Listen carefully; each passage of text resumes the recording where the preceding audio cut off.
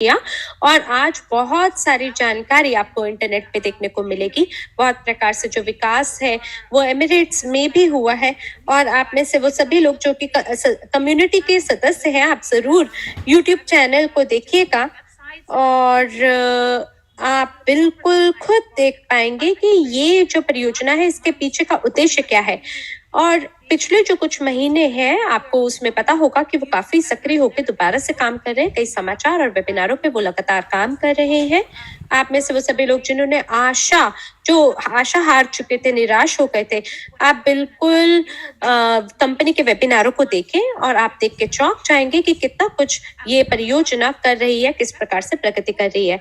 एक और परियोजना जो है वो सोने की परियोजना है और गोल्ड का ये जो प्रोजेक्ट है, जैसे यूरोल गोल्ड है, gold Zambia, gold Congo, gold Tanzania और घाना, इसके अंदर आप अलग अलग रंगों को देख पा रहे होंगे। हर रंग का ये मतलब है कि या तो परियोजना काम कर रही है और हो सकता है कि आने वाले कुछ ही सप्ताहों में आपको इस विशिष्ट परियोजना के बारे में और समाचार मिले और हो सकता है ये सकारात्मक समाचार हो, तो जरूर इस पे निगाह बनाए रखें। इसी वजह से जो बढ़िया काम कर रहे हैं वो हरे रंग से कोट किए गए हैं और जो पीले वाले परियोजनाएं हैं वो ऐसी है जो कि कुछ ऐसी परियोजनाएं हैं जो कि राजनीतिक समस्याओं की वजह से आगे नहीं बढ़ पा रही हैं। कुछ ऐसी भी परियोजनाएं हैं जो आर्थिक तंगी की वजह से उसके अंदर पुनर्निवेश नहीं हुआ है। इसी तरह से कुछ और भी परियोजनाएं हैं जो फिलहाल क्षणिक रूप से फ्रोजन है, इसलिए हमने उसे ऑन पोस्ट की कैटेगरी पे रखा और वो पीले रंग से ढकी गई है।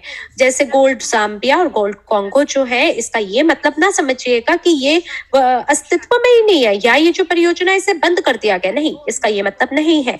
जैसे गोल्ड कॉन्गो जो है वो मासिक रूप से लाभांश प्रदान करने के योग्य है, लेकिन पिछले 8 महीने से वो ऐसा नहीं कर पा रहे हैं क्योंकि देश के अंदर स्थिति खराब चल रही है।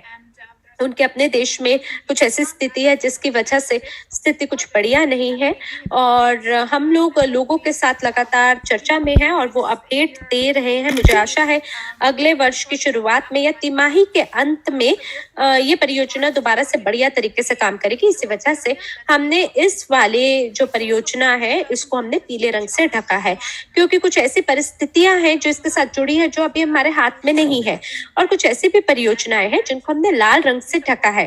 तो लाल रंग से जो ढकी हुई परियोजनाएं हैं, दुर्भाग्य से ये वो परियोजनाएं हैं जिनको हम अभी शायद वापस नहीं संभाल पा रहे हैं या नहीं उठा पा रहे हैं। जैसे एजू कैफे के बारे में अगर बात करें, अच्छे विचारधारा के साथ हमने इसको शुरू किया था।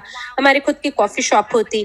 आप में से वो सभी लोग जो हमारे साथ कंपनी में रह चुके हैं थोड़े समय से, आपको पता होगा कि ये 10 हमने भोजनालयों को खोला था बेलारूस में और कजाकिस्तान में, पर फिर हमें आभास हुआ कि ये जो व्यवसाय है ये हमें उस प्रकार के रिटर्न नहीं दे रहा जैसा हमने अपेक्षा की थी। इसी वजह से हम इस प्रकार के व्यवसाय से हमने निकासी किया, हम बाहर निकल गए हैं।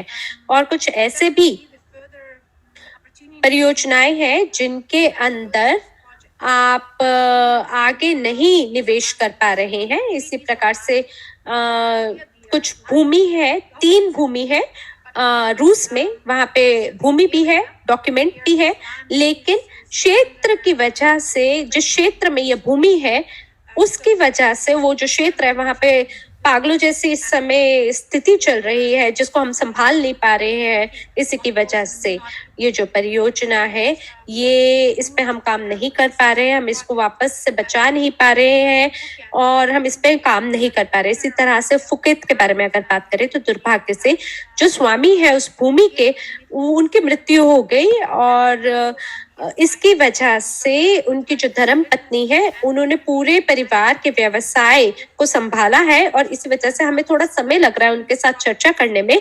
इसी वजह से इस परियोजना को हम एक तरह से ऐसे मानकर चल रहे हैं कि ये शायद अभी अटक गई है। जब तक इसके ऊपर आगे की गतिविधि नहीं होती तब तक हम इस परियोजना के बारे में आगे बात नहीं करेंगे।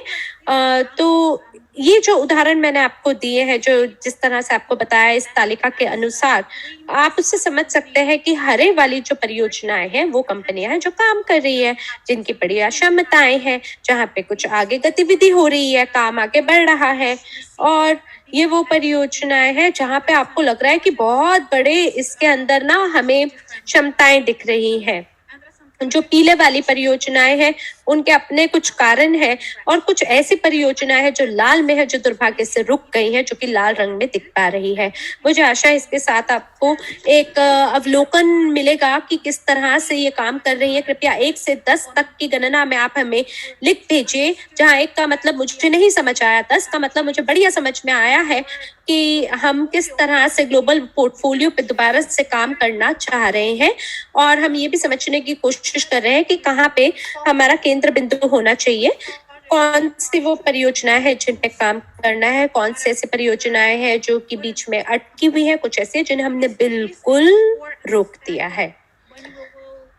क्योंकि ये वो मुख्य समझ है, सटीक समझ है, जहाँ पे भविष्य में हम आपसे बात करेंगे मूल्य के बारे में, प्रति सिक्योरिटी टोकन के बारे में। तो वहाँ आपको एक समझ होनी चाहिए कि ये जो प्राइस पर सिक्योरिटी टोकन है, ये उन परियोजनाओं के ऊपर हम बात कर रहे हैं जो कि फिलहाल काम कर रही हैं।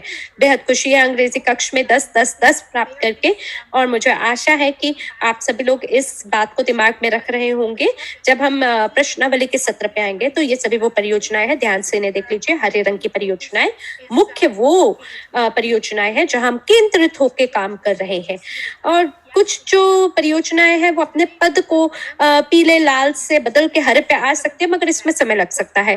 आज नवंबर में जो स्थिति है वो हम आपको अभी बता रहे हैं। हो सकता है अगले साल में कुछ ऐसी परियोजनाएं हो, जैसे गोल्ड कॉन्गो हो सकता है वापस से व्यवसाय में आ जाए, और फिर हम इसे हरे रंग में डाल दें। कुछ ऐसी भी परियोजनाएं हो सकती है जो हमें लगा अरे ये तो बिल्कुल काम नहीं कर रही हैं, और ये हमें बिल्कुल भी बढ़िया अपेक्षित रिटर्न नहीं दे रही हैं, तो उन्हें हम पीले में डाल देंगे। तो आप ऐसा मत सोचिएगा ना कि ये तो मतलब जो लिख दिया ये तो पत्थर की लकीर है। नहीं, ऐसा नहीं है, इसमें परिवर्तन हो सकता है।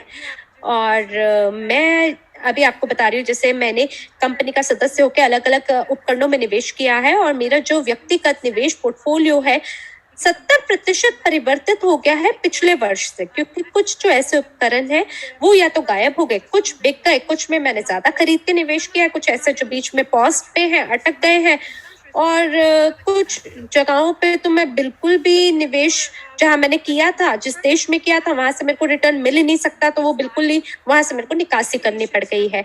तो जो आप ये स्लाइड देख रहे हैं, इससे आपको ये समझ मिल सकती है कि ये वो जानकारी नहीं है जिसमें भविष्य में परिवर्तन नहीं हो सकता, बिल्कुल हो सकता है, और ये वो स्थिति है जो आज आपके सामने है, और मुझे आशा है कि ये आपको स्पष्ट हो गया होगा।